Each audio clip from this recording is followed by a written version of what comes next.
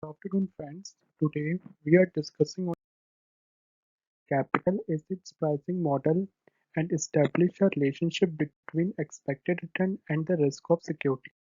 First of all, what is capital assets pricing model?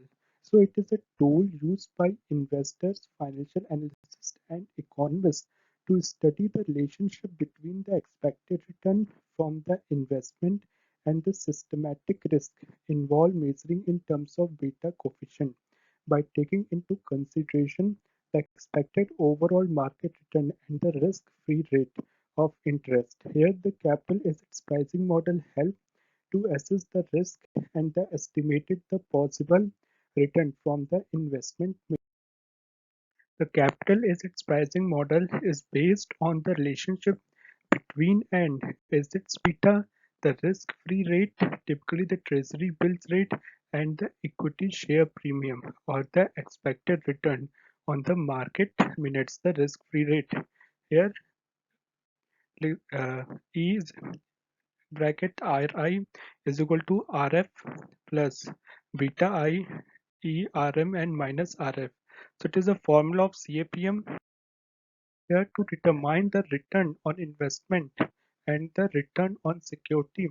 The capital assets pricing model provides the following two weights. Here first is capital market line and second is security market line.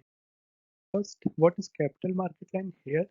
The capital market line is a theoretical concept which outlines the effective portfolio by interrupting the risk return trade-off.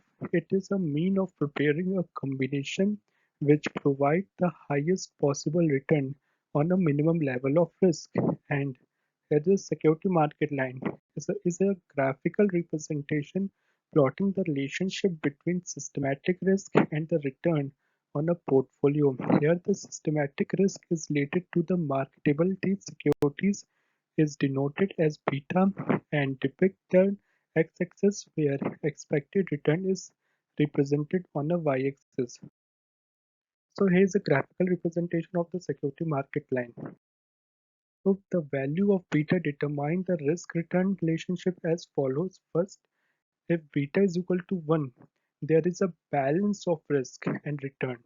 If beta is greater than 1, then we can say that the stock are overvalued and are highly related to the fluctuations in the stock market holding high risk. And if beta is smaller than 1, the stock are undervalued and are less volatile to the market fluctuations. Here CAPM, SML and the valuations. Here to show the relationship. First together the SML and the CAPM formulates are used in determining if a security being considered for investment offers a relational able expected return for the amount of risk taken on.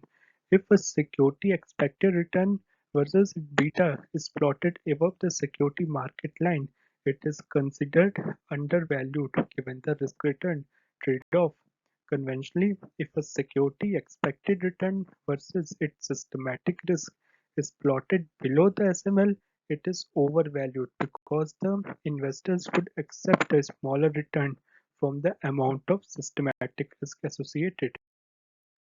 When the SML can be used to compare two similar investment securities that have approximately the same return to determine which of the two securities carried the least amount of inheritance risk relative to the expected return.